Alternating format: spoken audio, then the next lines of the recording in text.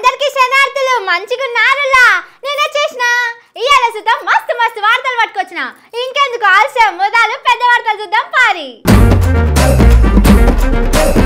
ఢిల్లీకి తిరిగే సంబరంలో ఉన్నారు సర్కార్ వాళ్ళు రాష్ట్రంలో కొట్టుకోబోతున్నాయి చెరువులు కొడంగల్లో పర్రలు పెట్టింది షెడ్ డ్యాము పబ్లిక్ అడుగుతుండ్రు ఇది ఎవల పుణ్యము చదువుల మంత్రికి ఎక్కువైనాయి పనులు చదువు చెప్పేటోళ్ళు లేరని అడిగిండ్రు పిల్లగాన్లు సీఎం సార్ చేసిందట పబ్లిసిటీ స్టంటులు నళిని మేడం పెట్టింది సుర్కులు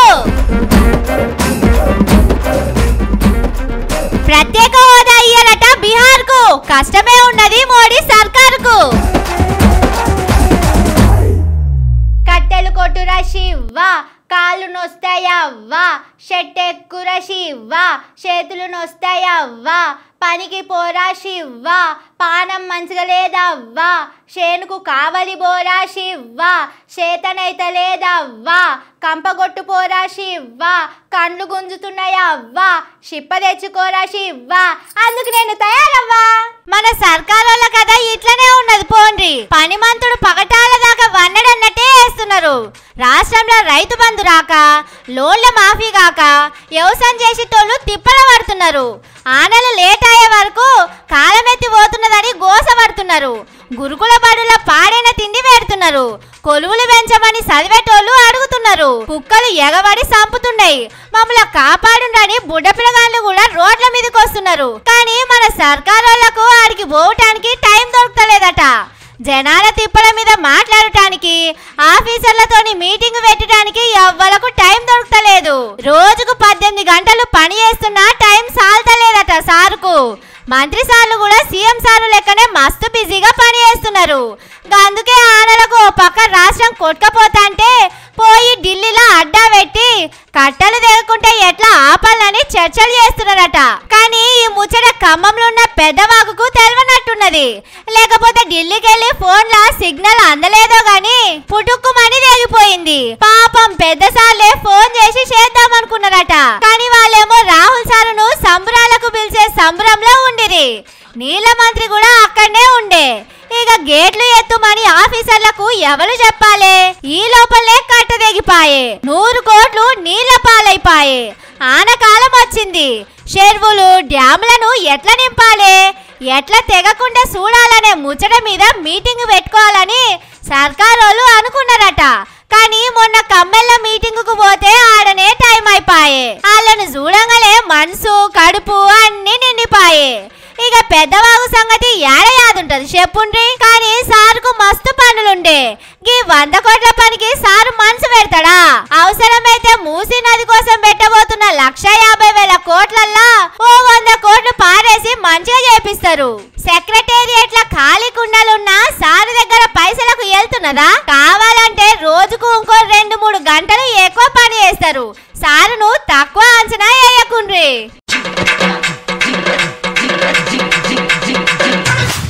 రేవంతన్ సారు చాలా మంచోడు జనాల కోసం రైతుల కోసం మస్తు తిప్పల పడతాడు మనకు ఎలుగునిచ్చడానికి దీపంలో ఒత్తి కాలిపోయినట్టే సారు బలం గరగబెట్టి మెదడు గరగబెట్టి రాష్ట్రం కోసం పని చేస్తున్నాడు ప్రాజెక్టులను నిలబెడుతున్నాడు వ్యవసాయం చేసేటోళ్లకు మంచి చేస్తున్నాడు అసలు సారుకు సొంతూరు కాడనే తిప్పలైతున్నదట అదేందో అరుచుకుందాం పాండ్రి రేవంతన్ సారు రాష్ట్రం కోసమే తిండి తిప్పలు మాని పని చేస్తున్నాడు రైతుల జీవితాలను మంచిగా చేసడానికి తిప్పల పడుతున్నాడు పోయిన సర్కార్ వాళ్ళు ఉష్క సిమెంట్ వేయకుండానే కాళేశ్వరం ప్రాజెక్టు కడితే దాన్ని నిలబెట్టడానికి సారు మస్తు కోసపడుతున్నాడు ఏడ కూలిపోతుందోనని ఫెవికి కేసి అతకబెట్టి వరదలకు కొట్టుకపోకుండా ఆగబట్టిండు సారు మనసు పెట్టి పని చేసిండు కాబట్టే ఇప్పుడు వస్తున్న వరదలకు మేడిగడ్డ బ్యారేజీ నిలబడ్డదట సారు దక్షిణ తెలంగాణోడైనా గాని ఉత్తర తెలంగాణ మీద మస్తు ప్రేమ చూపెడుతున్నాడు శెల్కలు ఎండిపోకుండా కాళేశ్వరాన్ని నిలబెట్టేందుకు తిప్పల పడుతున్నాడు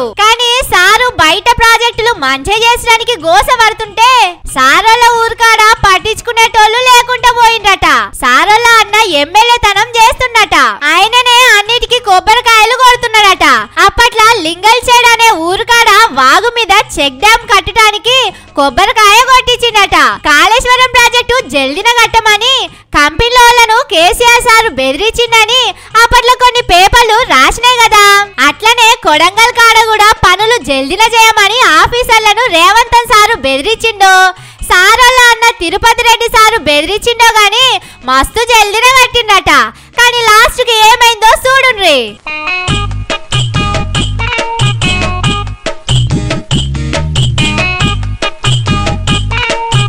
కట్టుడు మొత్తం కాకముందే చెక్ డ్యామ్ యాడి కాడ పర్రలు పట్టింది.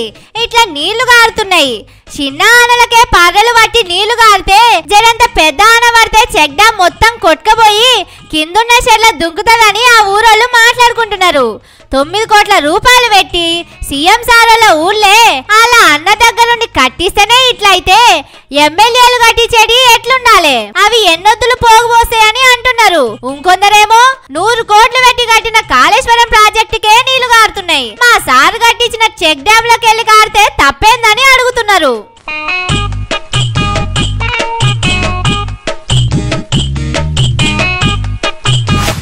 కొందరు మనుషులు ఉంటారు, వాళ్ళకు ఎవరితోనన్నా పని పడితేనే వాళ్ళ దిక్కు చూస్తారు, లేకపోతే వాళ్ళని పట్టించుకోరు.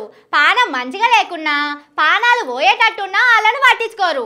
వాళ్ళ పని కోసం మన తానికి వస్తారు, కానీ మన కోసమే వచ్చినట్టు పబ్లిసిటీ చేసుకుంటారు. మాటల బలం లేకున్నా తుంపిల్ల బలం ఉండాలనేది పాత సామెత. చేతల బలం లేకున్నా పబ్లిసిటీ బలం ఉండాలనేది కొత్త సామెత. ఎందుకంటారా? ఈ సామెత కూడా మన రేవంత్ సారే రాసినట్టున్నాడు. ఎందుకంటే సారు ఏ పని చేసినా అట్లనే ఉంటది.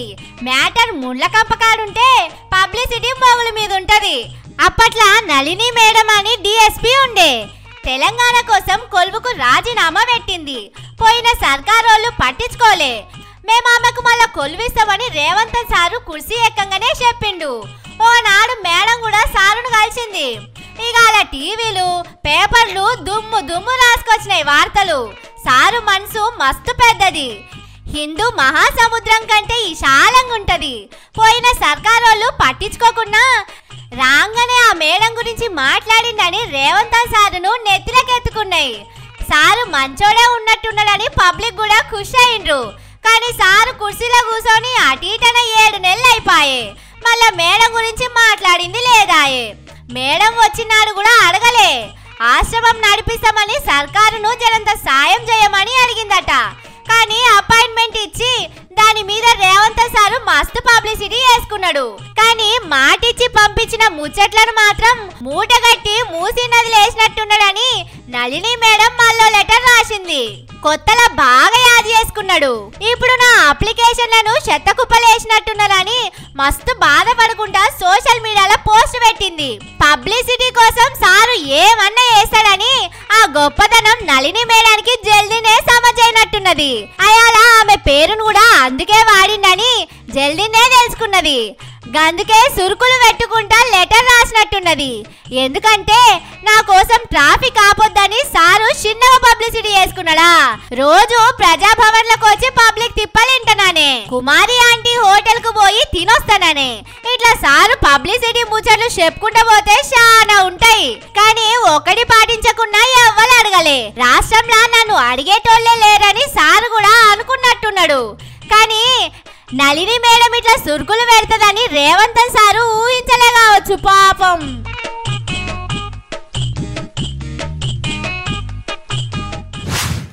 ఏ పని కావాలన్నా జలంతా టైం ఇవ్వాలి, 4 వద్దులు ఆగాలి. అట్లా కాకుంటే పోయి మంత్రిసార్ల ఇంటి ముంగడ కూర్చోవాలి. వాళ్ళు టైం ఇస్తే పోయి మాట్లాడి మన తిప్పలే చెప్పుకోవాలి. రేవంత్ సారు ఏ దావకానకో ఇంకో కాడికో పోయినప్పుడు మందిలో నిలబడి రేవంత్ అన్నా అని పిలవాలి. అప్పుడు సారు చూస్తాడు, తిప్పలే చెప్పుకోవాలి. కానీ ఇట్లా చేసుడైతే మంచిగా లేదు. ఈ చదువుకునే పొలగాళ్లకు ఏం పని పాట లేకుండా పోతున్నదుల్లా. చదువుల మంత్రి రేవంత్ సారు మీద ఊకూకనే గరమైతున్నారు. ఖమ్మం జిల్లా కూసుమంచి మండలం పాలేరు కాడ సర్కారు బడుల టీచర్లు లేరట. 10వ తరగతి చదివేటోళ్ళకే పంతులు తక్కువ ఉన్నారట. మా చదువులు ఎట్టనని వాళ్ళు ధర్నాకు కూర్చున్నారు. 10వ తరగతి చదువుతున్నా, మాకు టీచర్స్ లేరని చాలా ఇబ్బందిగా ఉంది. మాకు 2 సబ్జెక్టులు ఉన్నాయి. ప్రెసెంట్గా అయితే మాకు టీచర్స్ కావాలి. టీచర్స్ లేకుండా మాకు చాలా ఇబ్బంది ఉంది. మేము కూడా ఇక వెళ్ళిపోవాలని డిసైడ్ అవుతున్నాం. ఒక 10 డేసే మాకు టీచర్ వస్తే ఉంటాం ఈడ, లేకపోతే వేరే స్కూల్కి వెళ్ళిపోతాం.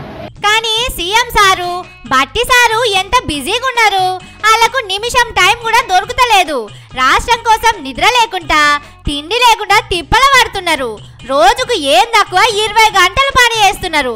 అసలు చిన్న చిన్న అయితేనే ఉంటాయి, దానికి ఇంత లొల్లి వేస్తారా నుల్లా? జరంతా ఓర్చుకోవాలి. రేవంత్ సార్కు టైం దొరికినప్పుడు దీని మీద రివ్యూ చేస్తాడు, మాట్లాడతాడు. చదువుల మంత్రి రేవంత్ సారే, కానీ సార్కు టైం దొరకొద్దా? ఈడికే 6-7 మంత్రులు చేయాల్సిన పని సార్ ఒక్కడే చేస్తున్నాడు. నిన్నగాక మొన్న ఒక కొత్త డిపార్ట్మెంట్ పెడితే దానికి పెద్ద సారు కొలు కూడా సారే తీసుకున్నాడు. అసొంటప్పుడు జరంత టైం పడుతుంది కదా. అసలు పబ్లిక్ కు ఓపిక లేకుండా పోతున్నది. సారు మనసును ఎందుకు అర్థం చేసుకుంటలేరో ఏమో పోన్రి.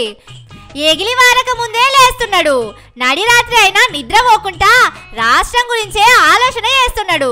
అటు బట్టి సారు కూడా రేవంత్ సార్ను చూసి ఇంకింత జోరు మీద పని చేస్తున్నాడు. అసొంటోళ్ళ మీద గరమవుడే మంచిగా లేదు.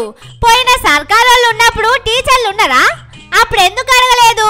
ఇప్పుడు వాళ్ళు ఎగేస్తేనే వచ్చి రేవంత్ సారు సర్కారు మీద మాట్లాడుతున్నారు కదా. రేవంత్ సారుకు అన్ని తెలుసు. ఎవరెవరు ఏడికెళ్ళి ఎటుపోతున్నారు, ఎవరు ఏం మాట్లాడుకుంటున్నారు, ఎవరు ధర్నాలు చేస్తున్నారు అనే ముచ్చట్లన్నీ తెలుసు. టైం వచ్చినప్పుడు అన్నిటికీ జవాబు చెప్తాడు. అందుకే ఇసొంటి చేయకుండ్రి, సారుకు కోపం తెప్పియకుండ్రి.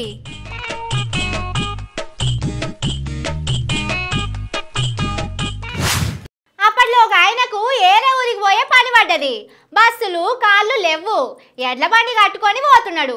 చాలా దూరం పోయిండు. ఎడ్లకు ఆకలి అవుతున్నది. గడ్డేయాలే, నీళ్లు దాపియాలే. కానీ నడిమిట్లకు పోయినాక గడ్డి లేదు, ఏం లేదు. నడువుండని గద్దరిచ్చి పెట్టిండు. ఇప్పుడు ఆ ఎద్దులు ఏం చేయాలి? ఆకలితోనే బండి గుంజాలనా, లేకపోతే కాడి ఇడిచిపెట్టిపోవాలనా? పాపం మోడీ సార్కు తిప్పలే ఉన్నది పోండ్రి. 3వ ప్రధానమంత్రి అయిండు గాని గాసారం మంచిగా లేదని అప్పట్లనే కొందరు పంతులు చెప్పిండ్రు. వాళ్ళు చెప్పినట్టే అయితున్నది పోండ్రి. సారు అడుగు తీసి అడిగేయాలన్నా తిప్పలే అయితున్నది.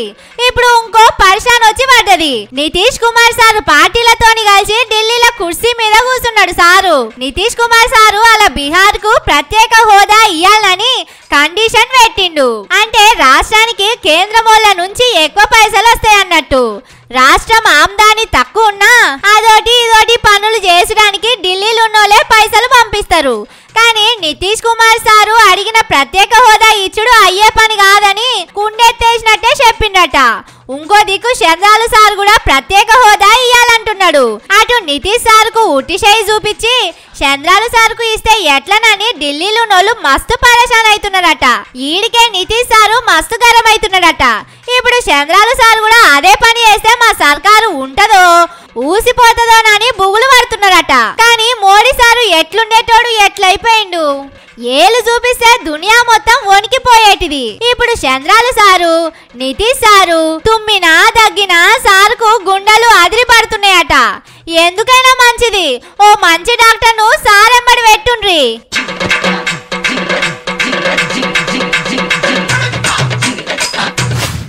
ఇళ్ళల్లో మా అక్కలు ఎంత కష్టపడుతుంటారు. మొగోళ్ళు సంపాదించినా సంపాదించకున్నా ఉన్న దాంట్లో రూపాయి సదిరి సంసారం నడిపిస్తారు. ఉప్పు డబ్బాలను పప్పు డబ్బాలను ₹10 దాచి పెడితే ఎన్నటికో నాటికి అవి పనికొస్తాయి. కానీ చాలా మంది మొగోళ్ళు అవిటిని కూడా మాయం చేస్తారు. కానీ ఈడ పోపు డబ్బాలున్న పైసలకు కాదు, అంతకంటే పెద్దదానికే సూటి పెట్టిందట ఒక ఆయనే. పని చేస్తలేవు అని ఊకే అంటే గడ్డపార బట్టి ఉన్న ఇల్లునే కూలగొట్టిందట ఓ మూతవరి. ఇగో ఈ కథ కూడా అట్లనే ఉన్నది. ఇంటామె సంపాదిస్తే తినుడు సరిపోనట్టున్నది. భర్తను ఇల్లు చూసుకోమంటే ఇంట్లోన్న సామాన్లు సదురుకొని పోయిండు. ఓషిని పాపం పాడుగాను.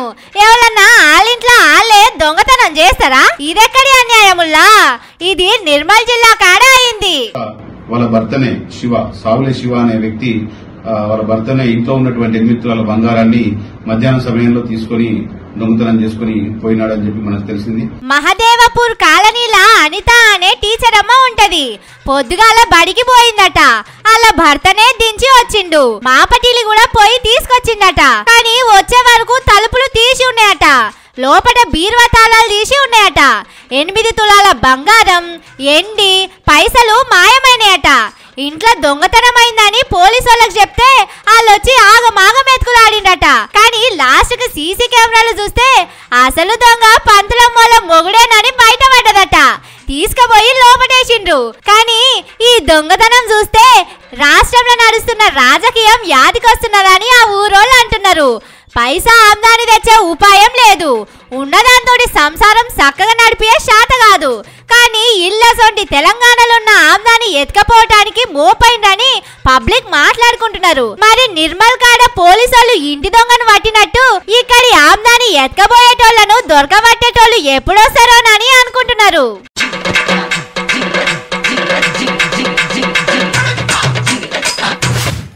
ఏ మాటకు ఆ మాట చెప్పుకోవాలి.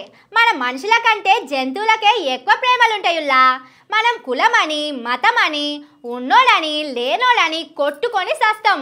పేదోడు కనపడితే చాలు శిష్టి అవతలికి పో అని శీదరించుకుంటాం. కానీ మిగిలిన జీవరాశులల్లా అట్లుండది. ఒకనాడు కొట్టుకున్నా ఇంకోనాడు ప్రేమ కొద్దీ ఉంటాయి. కావాలంటే ఈ వార్త చూడుండ్రి. అగో ఈ కొండెంగ చేతిలో ఏమో ఉన్నది. దాని పిల్లగిననా ఏందని చూస్తున్నారా? అది కొండంగ పిల్ల కాదుల్లో, పిల్లి పిల్ల. అయినా గాని కడుపులో పుట్టిన బిడ్డ లెక్కనే ఎట్లా సాకుతున్నది చూడుండ్రి.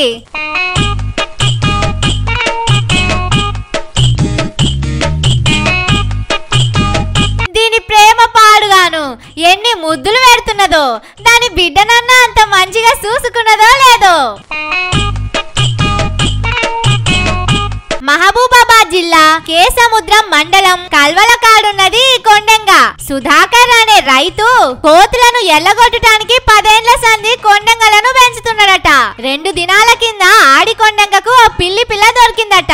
ఏడికెల్లో దాన్ని పట్టుకొచ్చి కన్న తల్లి లెక్కనే సాగుతున్నదని ఆ రైతు చెప్తున్నాడు. కొండంగం చదువుకుంటే ఏంటంటే కోతుల బేద గురించి చేను ఊరించి తీసుకొచ్చిన ఆ పిల్లని ఎత్తుకొని దాన్ని పాలేయడం, ముద్దాడడం దాన్ని చూసి నాకు ఆశ్చర్యంగా అయింది.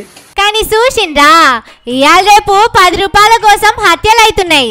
చిన్న చిన్న లొల్లులతోని అన్నదమ్ములు సంపుకునే దాకా పోతున్నారు. కన్న తల్లిదండ్రులను కూడా పట్టించుకుంటలేరు. కానీ ఈ కొండంగ మాత్రం దాని జాతి కాకుండా పిల్లి పిల్లను దగ్గరికి తీసుకొని కడుపులో పెట్టుకొని చూసుకుంటున్నది. మనుషులం గొప్పోలమని చెప్పుకుంటాం గాని ఇసొంటి చూసినప్పుడు మనం ఇంకా ఎంత వెనకబడి ఉన్నామనేది సమజైతది.